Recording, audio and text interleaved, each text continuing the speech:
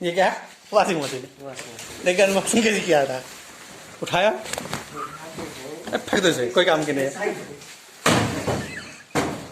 निकालते अब ये लगेगा कहाँ? पानी आने वाला भाई।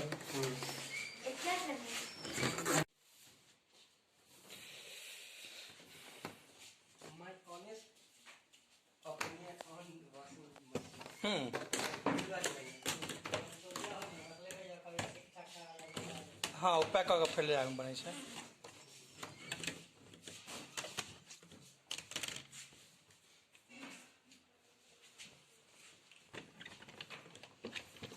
इसमें जाता है कपड़ा सुखाने के लिए। नहीं निकलता, तू ना निकलता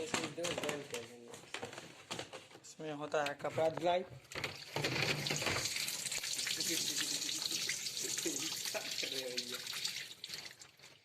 कपड़ा भेजा है वहीं से।